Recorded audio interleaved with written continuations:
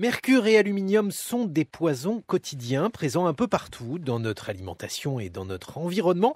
Quels risques nous font-ils courir dans les plombages, dans les vaccins? Comment s'en prémunir? Avec vos questions au 01 45 24 7000 et sur notre compte Twitter où nous nous appelons Service Public FI.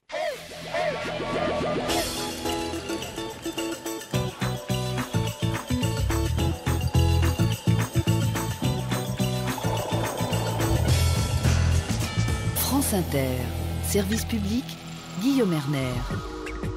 Alerte aux métaux toxiques, mercure, aluminium, des poisons quotidiens, point d'interrogation.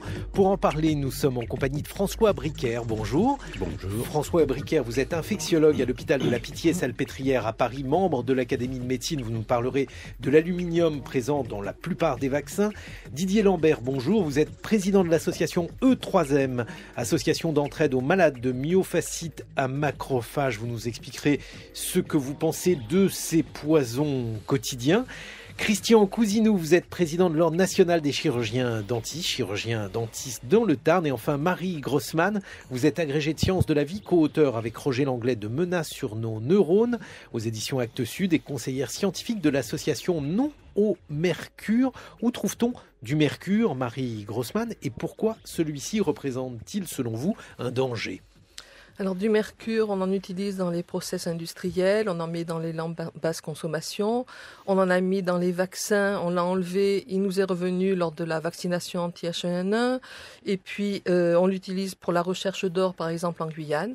Mais si on tient compte de l'exposition, donc l'exposition au mercure, la principale cause, c'est les amalgames dentaires, ça c'est bien établi par l'OMS depuis longtemps, puisqu'un amalgame contient 50% de mercure. Et alors chez les Français encore plus, puisque la France, hélas, bat tous les records de consommation de mercure dentaire, puisqu'elle utilise le tiers de la consommation européenne. Alors pourquoi cela pose problème ? Alors, la deuxième source d'exposition, c'est le poisson, c'est une source involontaire, hein. C'est le méthylmercure qui se trouve dans les poissons. Mais d'abord, c'est le mercure élémentaire des amalgames. Donc, pourquoi cela pose problème ? Parce que c'est un toxique redoutable, hein, classé comme tel. Qu'est-ce qui se passe ? Qu'est-ce que ça fait au cerveau, le mercure ? Alors, d'abord, ça pénètre très facilement, hein, ça traverse la barrière qui sépare le centre du cerveau, la barrière hémato-encéphalique, et ensuite il est piégé dans le cerveau, hein, donc il va s'accumuler tout au long de la vie, les études d'autopsie le montrent, et pour une femme enceinte, il va traverser le placenta, on le retrouve dans le cordon, et ensuite on le retrouvera dans le lait maternel, et dans le cerveau du nourrisson, par exemple, plus une mère a d'amalgame, et plus on trouve de mercure dans le cerveau du nourrisson.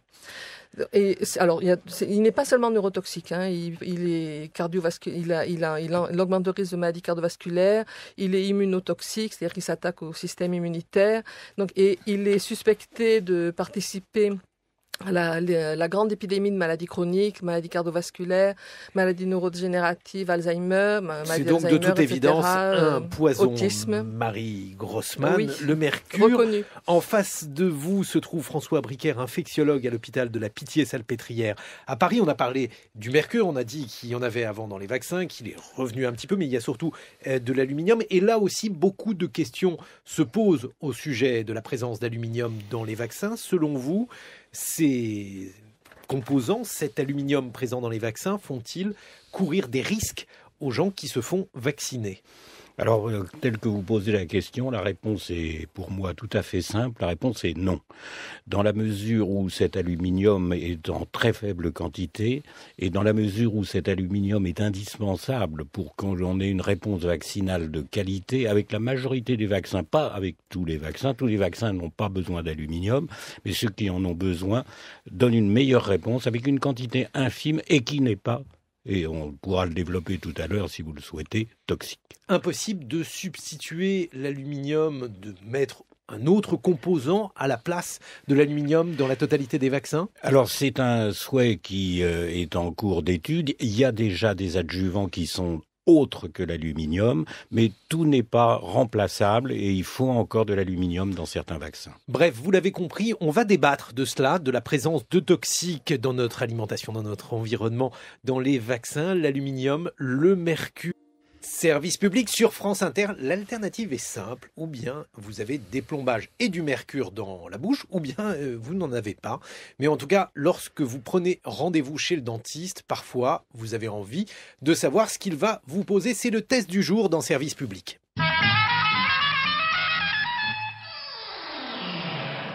Un, deux. J'ai testé pour vous la pilule Nobab. Je ne peux rien dire encore, mais il n'est pas impossible qu'il faille la prendre 2 fois par jour. Un, deux. Nous allons maintenant faire le test de capacité à l'autorégulation thermique. Mettez vos casques.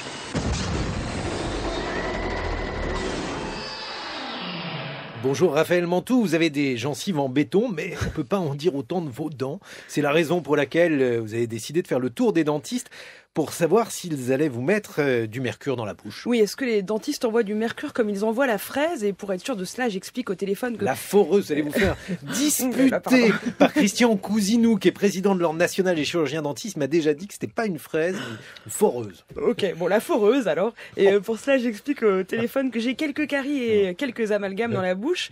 Alors, vaut-il mieux un plombage en composite, a priori inoffensif, ou un amalgame au mercure? Écarte-joue dans une main avec un patient, la bouche grande ouverte dans le fauteuil. Les dentistes prennent le temps de me répondre au téléphone de l'autre main. Cabinet dentaire, bonjour. Oui, bonjour. Je vous appelle parce que j'ai des caries, donc a priori je vais avoir besoin de plombage. Vous mettez des amalgames?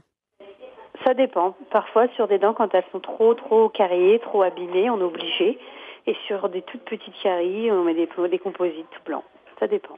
Et c'est au moment où ils vous soignent.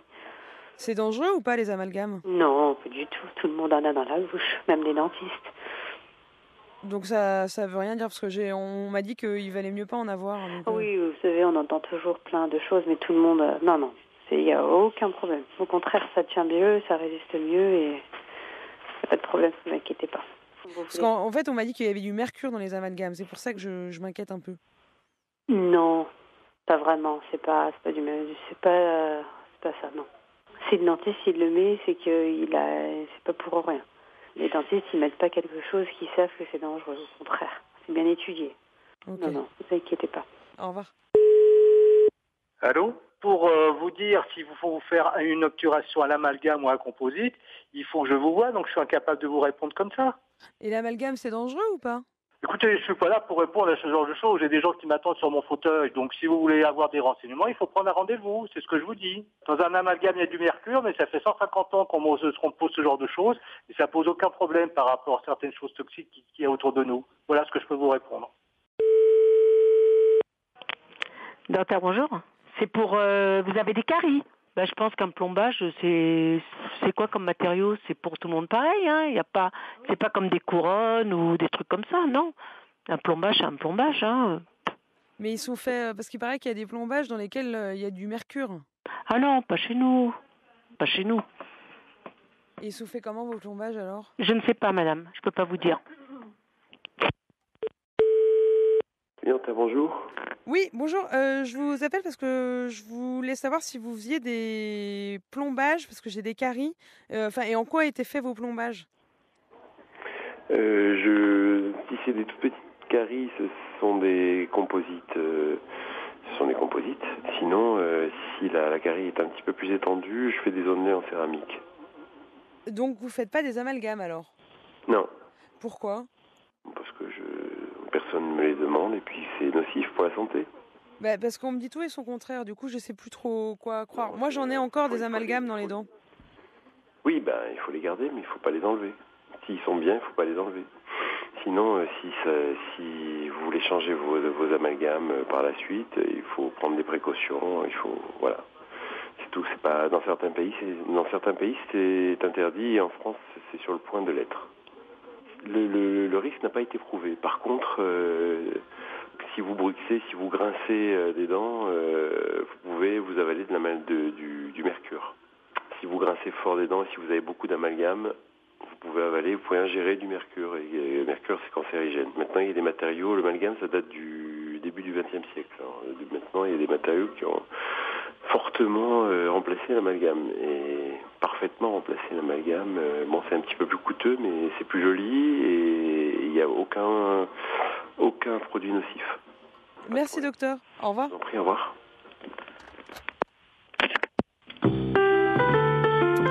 Donc, les dentistes ne sont pas tout à fait d'accord sur l'attitude à adopter face aux caries. La conclusion de ce test est que la plupart des dentistes que j'ai contactés donnent quand même aux patients le choix d'un plombage avec ou sans mercure, et cela sans grande différence de prix. Puis vous avez compris, hein, Raphaël, faut arrêter de grincer des dents la nuit parce que c'est dangereux.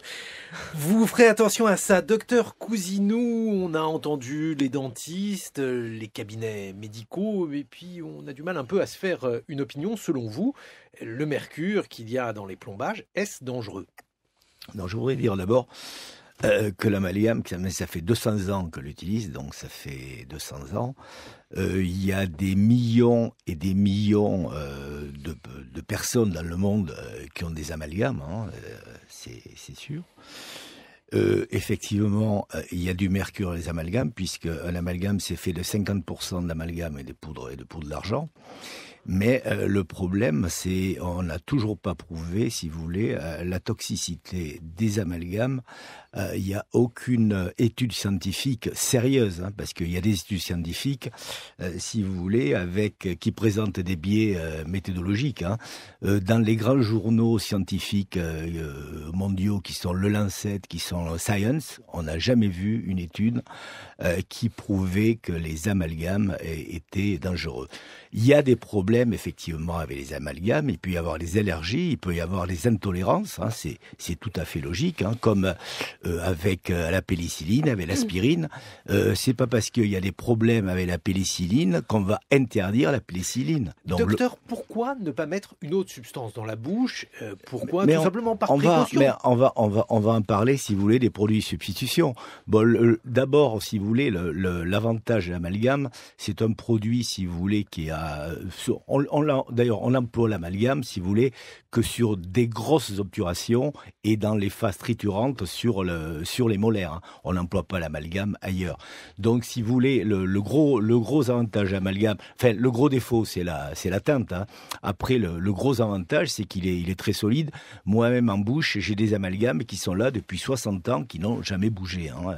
Marie Grossman. C'est le gros avantage de l'amalgame. Marie Grossman, vous qui êtes notamment spécialiste du mercure, puisque vous militez dans une association qui est hostile à cette substance, s'agit-il, selon vous, d'un poison ? Y a-t-il des études qui démontreraient que le mercure est potentiellement dangereux pour notre santé ?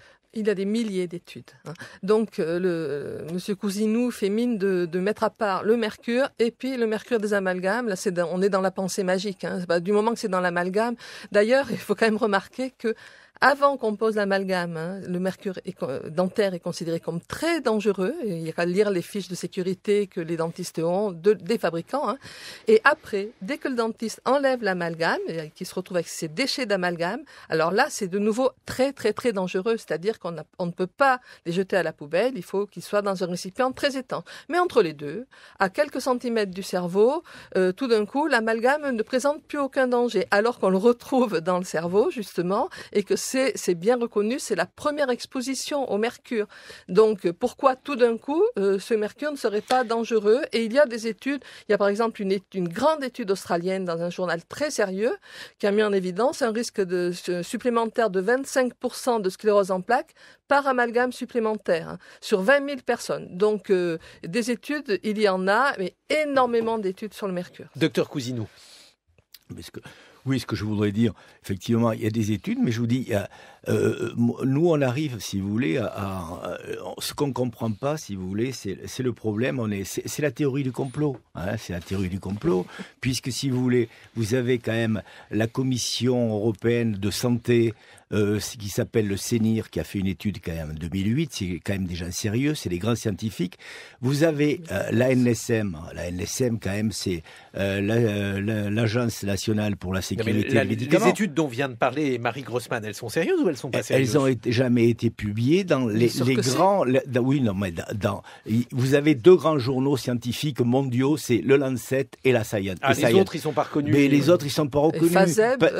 Ils sont pas reconnus parce que, si vous vous voulez, c'est biaisé. La méthodologie est biaisée. C'est vous qui utilisez une théorie complotiste, docteur. Ah ben non, la théorie... Puisque pour vous, le complot est de votre côté. Non, mais si vous voulez, le complot, c'est de dire que finalement, la Commission européenne, l'État français et les chirurgiens dentistes, ils veulent à tout prix utiliser les amalgames pour finalement empoisonner les Français. Non, alors c'est pas quand fait même pour empoisonner. c'est quand même un petit peu gros de dire des choses comme ça. Je vous signale, Madame Grossman, que vous savez qu'il y a la matériovigilance, qu'on doit déclarer quand il y a un problème avec un patient pour un amalgame. Il y a eu en 19... Alors, j'ai les chiffres, le dernier chiffre, c'est ceux de 2008, madame.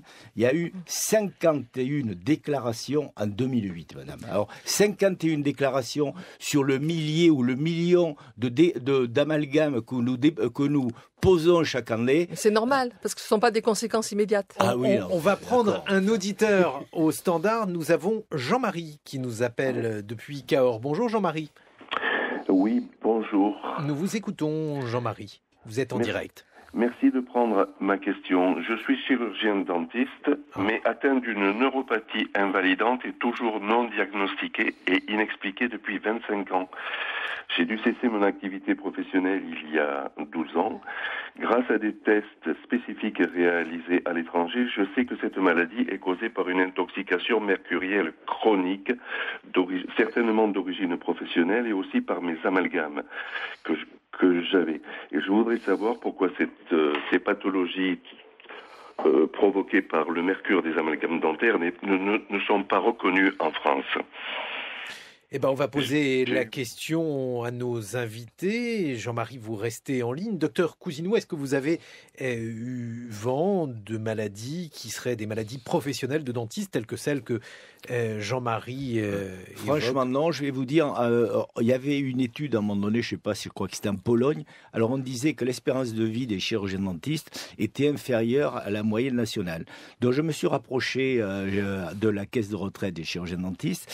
Et qu'est-ce que j'ai trouvé? Que c'est les derniers chiffres 2008. Un chirurgien dentiste homme, l'espérance de vie 81 ans.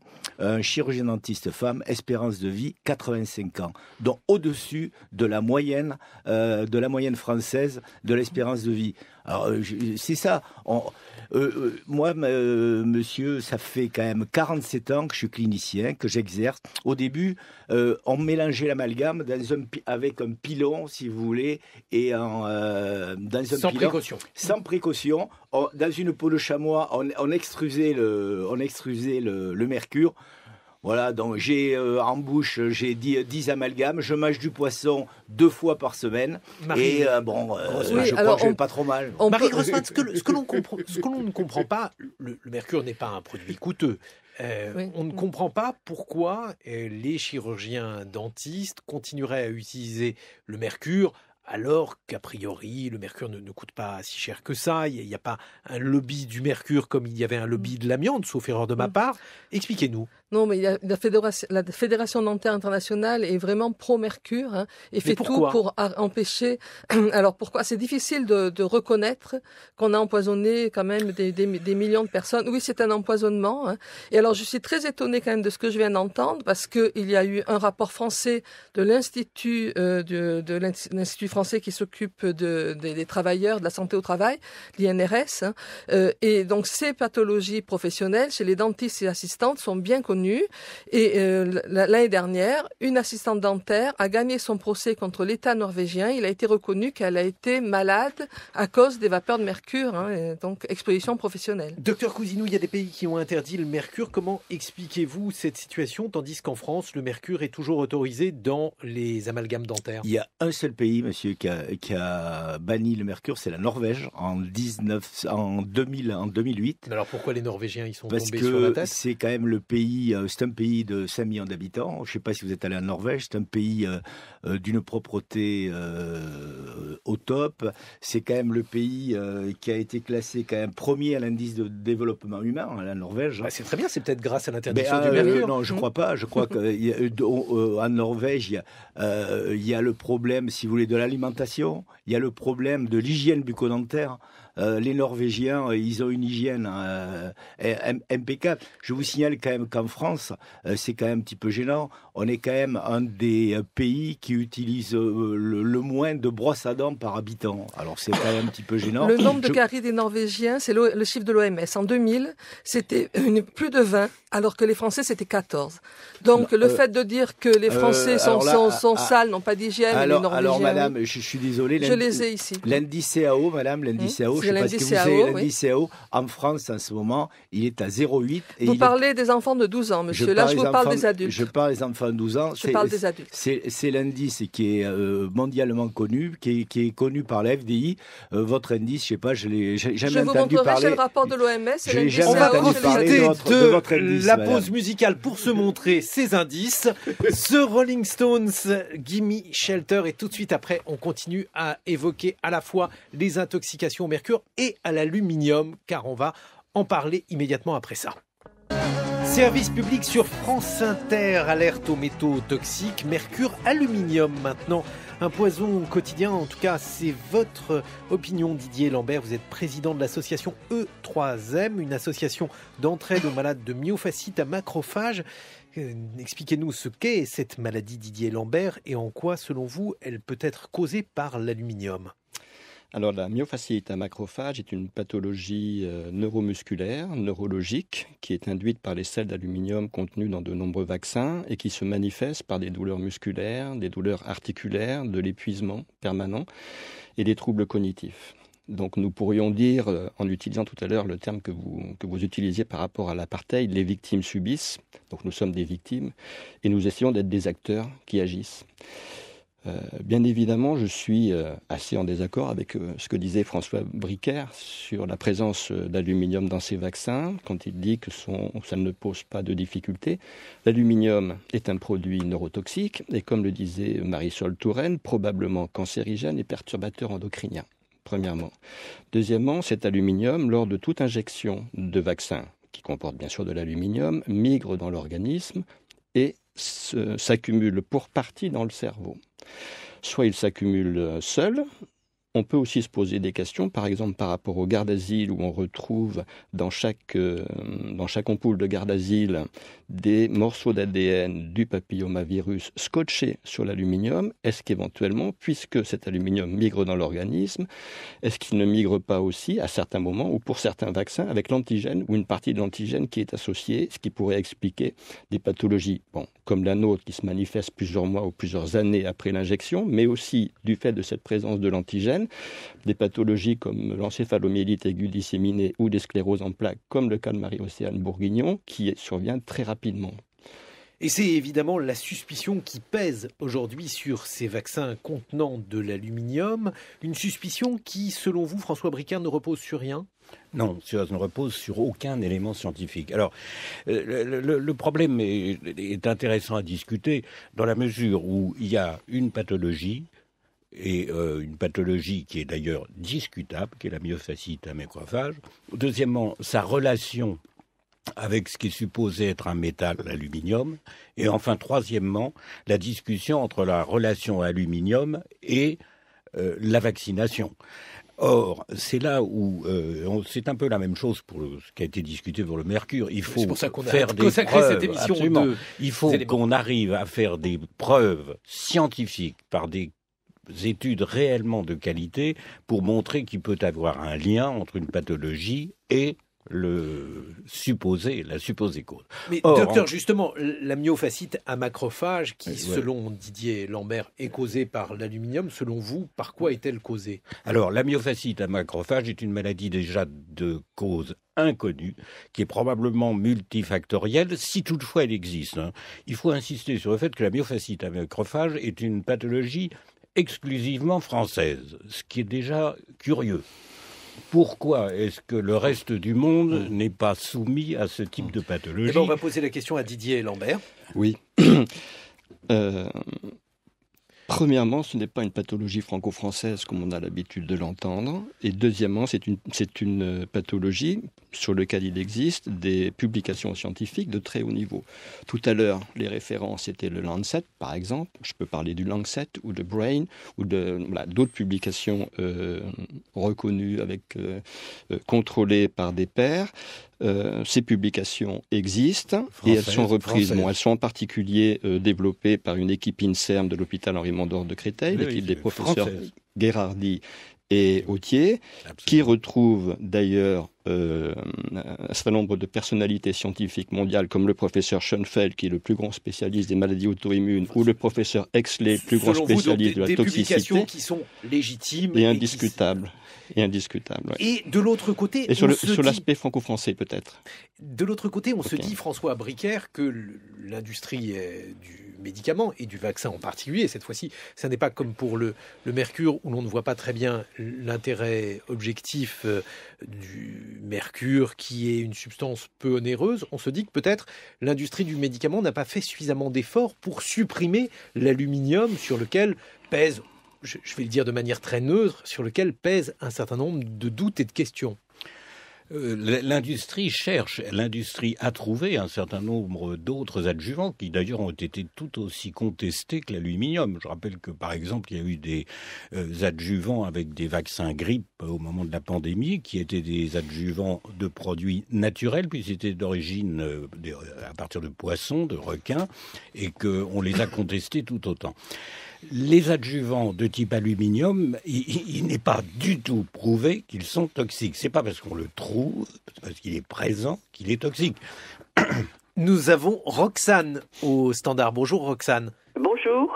Je vous écoute, nous vous écoutons Roxane, vous êtes en direct. Voilà, alors je me pose la question suivante. Il y a eu une époque, un chercheur de l'Institut Pasteur, dans les années 70, qui avait trouvé un autre moyen pour les vaccins. C'est-à-dire qu'on n'utilisait plus l'aluminium. Je pense qu'on utilisait un procédé qui s'appelait IPAD. Et de 1970 à 1984, donc il n'y avait plus d'ajout d'aluminium dans les vaccins de l'Institut Pasteur. À partir de 1984, assez curieusement, on a repris la mise d'aluminium dans les vaccins. Alors je voudrais savoir pourquoi. Ça correspond, je pense, au moment où l'Institut Mérieux a rejoint l'Institut Pasteur. Eh bien, on va poser la question à Didier Lambert. Didier Lambert, vous qui représentez ici les malades de myofasciite à macrophages. Et sans doute beaucoup d'autres, parce que je pense que beaucoup d'autres pathologies sont induites par ces sels d'aluminium. Effectivement, l'Institut Pasteur, en 1974, a retiré l'aluminium de tous ses produits, donc vaccins et produits aussi de traitement par rapport aux allergies. Pourquoi ? Parce qu'il y avait des publications qui alertaient sur les dangers de l'aluminium. C'était l'Institut Pasteur, ils savaient ce qu'ils faisaient. Ils ont mis au point des vaccins adjuvantés sur phosphate de calcium. Donc le phosphate de calcium, qui est un composant naturel de l'organisme, a remplacé l'aluminium à la satisfaction de tous, y compris des adversaires commerciaux de l'Institut Pasteur. Marjorie nous dit qu'elle déteste ce genre d'émission hyper anxiogène. En vous écoutant, j'ai l'impression de m'empoisonner à petit feu. Et en plus, concernant les plombages, je peux quasiment rien y faire. Et effectivement, c'est une question qui revient beaucoup au standard. Si on pense avoir des plombages et si l'on souhaite, pour de bonnes raisons ou pour des raisons contestables, se les faire ôter, que peut-on faire? Marie Grossman, docteur Cousinou. Marie Grossman. Oui, alors attention, effectivement, si un dentiste enlève des amalgames sans prendre de précautions, il va exposer son patient à de très fortes doses de vapeur de mercure. Donc, si jamais un amalgame est enlevé, il faut absolument prendre de grandes précautions. Mais j'insiste, il y a des milliers de personnes qui tous les jours sont exposées à de fortes doses de mercure à chaque fois qu'un dentiste fraise dans son amalgame, mais pas forcément pour le retirer. Il le retire pour mettre une couronne ou pour changer l'amalgame. Donc c'est pas forcément des patients qui ont peur de leurs amalgames. Alors qu'est-ce qu'on peut conseiller du coup aux auditeurs? Donc des précautions. Il y a des dentistes, il faut former les dentistes à enlever très précautionneusement les amalgames sans fraiser dedans avec beaucoup d'eau, en mettant la digue, etc. Votre avis, docteur Cousinou? Oui, tout à fait. Quand on a un amalgame, il faut le faire sous irrigation et sous aspiration chirurgicale et avec un masque. Hein. Ça, c'est, un masque au charbon. Madame Grossman là-dessus a tout à fait raison. Elle a raison, mais alors là aussi, on ne comprend pas très bien. Si vous considérez que ça n'est pas dangereux, est-ce que vous pensez qu'il faut malgré tout, par précaution, les faire ôter ou pas du tout? Ah non, s'il n'y a pas de problème avec un amalgame, on ne le fait pas ôter. S'il y a des problèmes, effectivement, on le fait ôter. Mais au moment où on l'ôte, effectivement, il faut le faire sur irrigation, parce que si on ne le faisait pas sur irrigation, ça chaufferait, et c'est là où il y aurait vraiment des vapeurs d'amalgame. C'est comme pour l'amiante. Oui, je veux dire que si l'Institut Pasteur a changé à un moment donné ses adjuvants... Cette fois-ci sur l'aluminium. Et effectivement, l'Institut Pasteur sait ce qu'elle fait, et que ça n'a pas donné satisfaction, contrairement à ce que vous dites, et par conséquent, il y a eu un retour avec la nécessité, encore une fois, d'utiliser cet aluminium comme adjuvant. C'est absolument faux. C'est-à-dire qu'il y a eu un excusez-moi, Monsieur Bricaire, il y a eu un documentaire de France 5 de 2012 qui repasse régulièrement, qui est repassé il y a une quinzaine de jours, où était interviewé Marc Girard, qui était le patron de la nouvelle entité Mérieux-Pasteur, et qui a bien dit que le changement, le retour de l'aluminium n'était que pour des raisons de rentabilité de process de fabrication. De quel Marc Girard parlez-vous? Du docteur Marc Girard, qui était le patron de Pasteur Production. Bon, d'accord, parce que le Marc Girard est complètement sur la position que je tiens en matière de... Si Marc Girard nous écoute, tous les Marc Girard de France nous écoutent, qui nous appelle? On va écouter Keren Anne, midi, dans le salon de la Duchesse, et tout de suite après, on va continuer à évoquer l'aluminium, le mercure et ses poisons quotidiens. Service public sur France Inter, il est question de l'aluminium et du mercure et de leur nocivité potentielle. David est au standard. Une dernière question très rapide, David. Oui, bonjour, merci de me prendre à l'antenne. Donc, je vous appelle au nom des associations Prévention Vaccin et Info Vaccin France. Je voulais simplement apporter un petit témoignage, parce que nous, on voit arriver tous les jours des personnes qui ont eu des réactions très négatives par rapport... Je voulais simplement dire que chaque personne et chaque individu est inégal. Par rapport aux métaux lourds. Je veux dire, il y a des personnes qui vont réussir à éliminer des métaux lourds assez rapidement et d'autres qui vont se retrouver face à des complications sur le court, le moyen, mais aussi sur le long terme.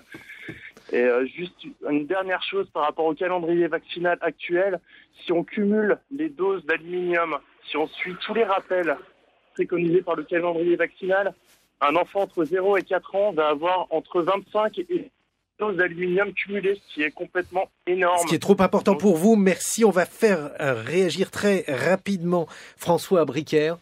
Oui, le problème, il est simple. Il y a d'un côté des pathologies qui sont supposées être dues au vaccin et à l'aluminium éventuellement, avec des suppositions non démontrées et scientifiquement non démontrées. Et de l'autre côté, l'importance de la vaccination, dont on sait que si on ne la fait pas, on a des risques majeurs en matière de pathologies infectieuses, avec des retours, ce que les gens ignorent, de pathologies comme la diphtérie, le tétanos. Ne parlons même pas des autres pathologies comme la rougeole, les oreillons, la rubéole, etc. Donc un risque faible contre un risque élevé, énorme. Selon vous, Marie Grossman, en conclusion de cette émission. La réponse est soigner sans nuire, c'est la première chose à faire quand même. Donc le mercure élémentaire, celui des amalgames, a été classé par la Commission européenne réprotoxique 1, c'est-à-dire dangereux pour le fœtus. L'OMS rappelle bien que le consensus scientifique, il est impossible de définir un niveau d'exposition au mercure sans danger. Nous avons des milliers de personnes qui sont en errance médicale, qui ne sont pas prises en charge, et là c'est quand même un scandale sanitaire, et il faut rappeler qu'il existe des alternatives sans danger. Donc la seule solution, c'est d'arrêter au plus tôt les amalgames, et on espère bien que l'Union européenne va le décider très vite. Docteur Cousinou, vous finalement, qu'est-ce que ça changerait si l'Union européenne... Non, mais nous, de toute façon, si on nous dit... de toute façon, le Conseil d'ordre est là pour appliquer la loi. Hein. Si un jour l'État français dit on supprime les amalgames, on supprime les amalgames. Le problème, si vous voulez, c'est que les produits de substitution, pour le moment, il n'y a pas de recul. Le meilleur produit de substitution qu'il y aurait, c'est les îles à céramique. Mais malheureusement, les îles à céramique, c'est pas remboursé par la Sécurité sociale. Il y a des ciments verionomères, il y a des composites sans bisphénol A. Le problème des composites, madame, vous savez qu'il y a du bisphénol A dedans et que les ciments verionomères sans et les verres ionomères, il y a de la résine dedans, madame. Voilà. Et puis au point de vue dureté, madame, ça dure 4-5 ans. Un amalgame, ça dure 25 ans, madame. Ont montré. Un mot, Didier Lambert, pour les malades de myofasciite à macrophage. Oui, Il ne sert à rien de nier des alertes et des évidences qui ont une base scientifique extrêmement sérieuse et validée par beaucoup de monde. Je pense que la défiance n'est pas liée aux alertes lancées par des scientifiques, sérieux et reconnus, mais par la mauvaise gestion des crises sanitaires. Et on sait bien que la crise, par exemple, sanitaire de H1N1 a entraîné une très grande perte de confiance. Monsieur Bricker, vous faisiez partie, je crois, des experts qui avaient conseillé les autorités sanitaires françaises. Et si je peux juste dire un mot, Marc Gentilini, qui était, je crois, un de vos maîtres en la matière, disait que cette manière de gérer la crise H1N1 avait été indécente. Ce n'était pas la faute des politiques, mais des experts qui les avaient conseillés. Merci à tous les quatre d'avoir participé à ce débat et échangé vos arguments. Je rappelle juste qu'un documentaire Alerte au mercure signé Sophie Bonnet sera diffusé dimanche 6 février à 16h.